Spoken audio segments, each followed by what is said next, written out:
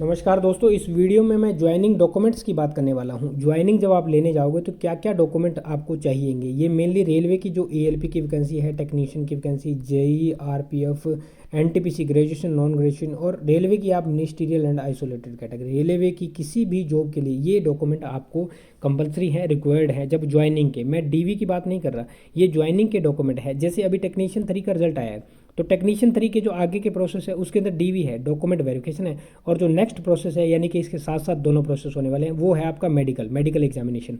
तो ये जो डीवी है ये 1 दिन का प्रोसेस है, और ये जो मेडिकल है ये भी 1 दिन का प्रोसेस है।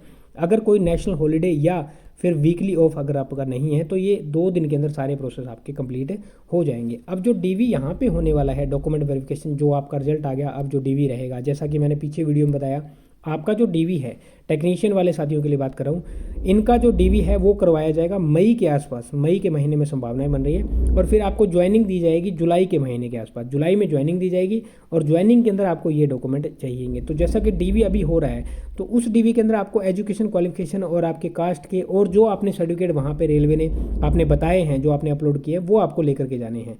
और जो आपने, जैसे आपने फॉर्म फिल किया था, तो जो आपने फॉर्म फिल करते समय जो आपका फॉर्म का जो लेटर है जिसमें आपने सारी डिटेल्स डाली थी, वो भी आपको लेकर के जाना है, ठीक है। और आपके जो एडमिट कार्ड हैं, इन एडमिट कार्ड को भी आपको साथ लेकर के जाना है, ये भी जरूरी है। ये ज्वाइनिंग में भी ले जाने हैं और डॉक्यूमेंट वेरिफिकेशन डीवी के अंदर भी ले जाने हैं। डीवी के ऊपर मैं एक सेपरेट वीडियो बनाऊंगा। तो अब यहाँ पे जान लेते हैं कौन कौन से ज्वाइनिंग के डॉक्यूमेंट है। कुछ डॉक्यूमेंट इसके अंदर जो मैं आपको बता रहा हूँ ना, ऐसे डॉक्यूमेंट है जो जब आपका ज्वाइनिंग लेटर आएगा तो ज्वाइनिंग लेटर के अंदर हो सकते हैं डॉक्यूमेंट, या फिर ज्वाइनिंग लेटर में ना दे, क्योंकि आजकल जो है ऑनलाइन ज़्यादा सिस्टम चल रहा है, तो आपको बाई मेल कर सकता है रेलवे। बाई मेल आपको मेल कर दिया और बोल दिया जाएगा कि इनको तैयार करवा लीजिए, और ज्वाइनिंग के समय या तो ज्वाइनिंग लेटर में डाल के लाइए, या फिर कई बार ऐसा भी हो सकता है कि आपको ऑनलाइन कोई लिंक प्रोवाइड कर दे और उस लिंक के ऊपर आपको बोल दे कि इसके ऊपर अपलोड कर देना ये वाले डॉक्यूमेंट। तो ऐसा भी वहाँ पे देखने को मिल सकता है। तो मैं आपको डॉक्यूमेंट बता देता हूँ कौन कौन से यहाँ पे होते हैं और कौन से डॉक्यूमेंट बाई मेल या फिर आपको ज्वाइनिंग लेटर के अंदर आएंगे, उनके बारे में मैं यहाँ पे बताने वाला हूँ। सभी एजुकेशन क्वालिफिकेशन के आपके पास डॉक्यूमेंट होने जरूरी हैं। मेनली वो डॉक्यूमेंट आपको जरूरी है एजुकेशन के, जैसे आपने ग्रुप डी की भर्ती है तो वो 10th बेस पे है, तो आपको 10th वहाँ पे कंपलसरी है, ठीक है। जैसे टेक्नीशियन की भर्ती है तो वो आईटीआई बेस पर है, तो वहाँ पे 10th प्लस आईटीआई कंपलसरी है। जैसे एनटीपीसी ग्रेजुएशन लेवल की है तो वहाँ पे आपको 10th प्लस +2 प्लस ग्रेजुएशन, ये तीनों एजुकेशन क्वालिफिकेशन आपको लेकर के जाने रहेंगे। मेनली जिस पोस्ट के लिए फिल किया है उस पोस्ट के संबंधित आपको एजुकेशन क्वालिफिकेशन कंपलसरी है। ओबीसी, एसटी, एससी, ये ओरिजिनल डॉक्यूमेंट्स आपको लेके जाने हैं। कास्ट सर्टिफिकेट जिनको हम बोलते हैं, ओबीसी यदि आपका 1 साल से ज़्यादा पुराना है तो वो नहीं चलेगा, तो आप लेटेस्ट के अंदर ओबीसी बनवा करके ले जाइए। एनओसी चाहिए आपको, यदि किसी प्रीवियस जॉब के अंदर यदि आप हैं तो वहाँ पे एनओसी चाहिए। फ़ोटोज़ आपको 12 से 15, जैसे मैंने लिखा, ये फिर भी मैंने कम लिख दिया, 50 रुपये में 50 फ़ोटो तैयार करते हैं, ये इतनी फ़ोटो तैयार करवा लीजिए, क्योंकि ज्वाइनिंग के बाद भी आपको फ़ोटोज़ की ज़रूरत पड़ने वाली है, और यहाँ पे भी आपको फ़ोटोज़ बहुत ज़्यादा ज़रूरी है। एक चीज़ ध्यान रखना, 3 महीने से ज़्यादा पुरानी फ़ोटो ना हो, ये वहाँ पे ज़रूरी है। अटेस्टेशन फॉर्म, ये क्या होता है, इसके अंदर आपकी सारी डिटेल होती है। इसकी 3 कॉपी आपने तैयार करवानी है। जहाँ वो आपको भेजेंगे ना जो अटेस्टेशन फॉर्म, तो आप एक काम करना, जैसे ये अटेस्टेशन फॉर्म आपके पास आ जाता है, इसके अंदर 7-8 पेज होते हैं अटेस्टेशन फॉर्म के अंदर, तो इसकी 6-7 कॉपी, 5 कॉपी करवा लेना। ब्लैंक होता है पूरा, ये ब्लैंक की करवा लेना। उसके बाद इन तीनों को आपने पेन से भरना है, 3 पूरे पेन से भरने हैं। अगर कोई गलत हो जाता है तो फिर से उसको दूसरा भर लेना, इसीलिए एक्स्ट्रा कॉपी करवा लेना। तो इसको पूरा पेन से भरना है, ऐसा नहीं कि एक भर लिया और उसकी 3 कॉपी करवा के ले जाए, ये नहीं चलेगा। इसमें सारी डिटेल, गवाहियाँ वगैरह, पुलिस वेरिफिकेशन, सारा इसी के ऊपर होता है। पूरी फैमिली की डिटेल आती है इसके अंदर, ठीक है। और गवाही आपकी होती है, और भी कई सारी डिटेल्स इसके अंदर होती है। और अटेस्टेशन फॉर्म के रिगार्डिंग मैंने वीडियो बनाई हुई है चैनल पर, 17-18 मिनट की वीडियो है, वो चाहो तो आप देख सकते हो। तो ये यहाँ पे अटेस्टेशन फॉर्म होता है, ये आपके लिए बहुत ही इंपॉर्टेंट चीज़ होती है। नेक्स्ट आपका आ जाता है यहाँ पे, ये अटेस्टेशन फॉर्म हो सकता है कि आपको ज्वाइनिंग लेटर के अंदर दे दिया जाए, या फिर बाई मेल रेलवे आपको मेल कर दे, तो आपको मेल के थ्रू या ज्वाइनिंग लेटर के अंदर मंगवा ले, या मेल के थ्रू ऑनलाइन सबमिट करने को बोल दे, तो वो लेटेस्ट जो प्रोसेस रहेगा उसके हिसाब से डिपेंड करेगा।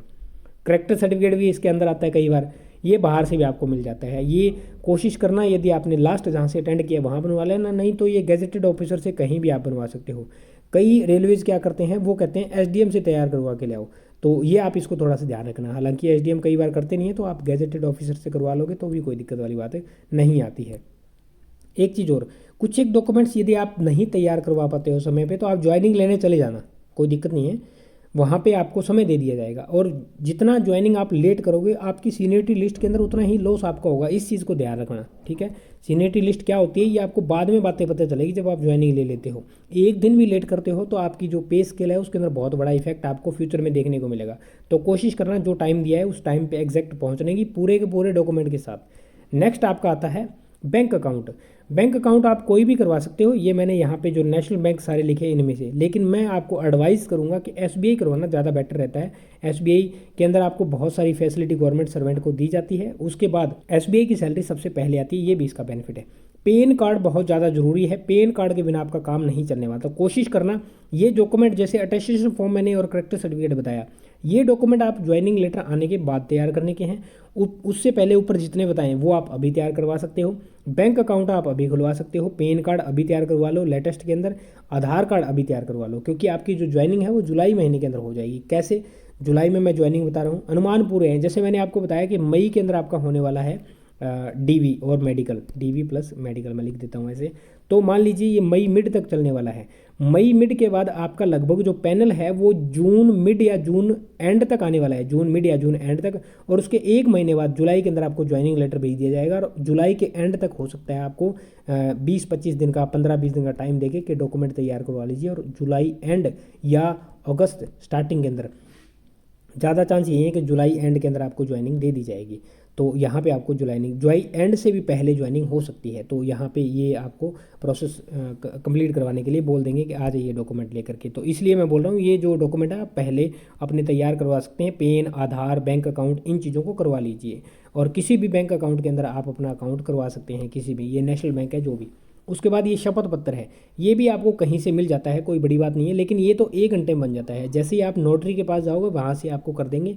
और इसमें यही होता है कि मेरे ऊपर कोई पुलिस केस नहीं है, कोई एफआईआर नहीं है, यानी कि जो भी मैंने यहाँ पे लिखा है, जो भी चीज़ें मैं आपको बता रहा हूँ वो सब सच्ची घटनाएं हैं, सत्य है। इनके ऊपर कोई जो अगर होता है कल को तो इसका जिम्मेवार मैं हूँ, ये आपका होता है। वहाँ पे शायद 10 रुपये की, 5 रुपये की ऐसी कुछ टिकट लगती है, नोटरी होती है, और एक रजिस्टर में वो साइन करवाते हैं आपसे, और ये आपका तैयार हो जाता है शपथ पत्र। 1 घंटे का प्रोसेस भी नहीं है, 15-20 मिनट लगते हैं अगर ज़्यादा भीड़ ना हो तो, ये आप पे होता है। तो ये आप ऑन द स्पॉट तैयार करवा सकते हो। उसके बाद ये आता है बॉन्ड, ये भी आपके ज्वाइनिंग लेटर के अंदर ही आएगा, या तो मेल के थ्रू या ज्वाइनिंग लेटर के अंदर। इसमें यदि आप 5 साल से पहले जॉब छोड़ते हो तो आपको वहाँ पे ब्याज के साथ, इंटरेस्ट के साथ पैसा वापस करना पड़ेगा रेलवे को, और शायद 12% के आसपास इंटरेस्ट यहाँ पे रहता है। तो इस चीज़ को ध्यान में रखना, 5 साल जॉब करना कंपलसरी है, और कोई रीज़न के थ्रू आप वहाँ पे जॉब को छोड़ सकते हो। तो ये यहाँ पे ये बॉन्ड पेपर होता है, इसमें भी कई सारी जानकारियाँ होती है, इसमें भी गवाह वगैरह आपको लेनी पड़ती हैं। तो दोस्तों ये थी इन्फॉर्मेशन, ये डॉक्यूमेंट रेलवे की सभी जॉब्स के लिए ज्वाइनिंग के टाइम के डॉक्यूमेंट हैं। डीवी में कौन से डॉक्यूमेंट चाहिए उनके ऊपर सेपरेट वीडियो बनाएंगे, मेडिकल कैसे होता है, टेक्नीशियन वाले साथी जो भी कोई अगर वीडियो देख रहे हैं तो कमेंट सेक्शन में कमेंट करें, आपके डीवी और मेडिकल के ऊपर सेपरेट वीडियो तैयार करेंगे। उम्मीद करता हूँ जानकारी समझ पाए होंगे।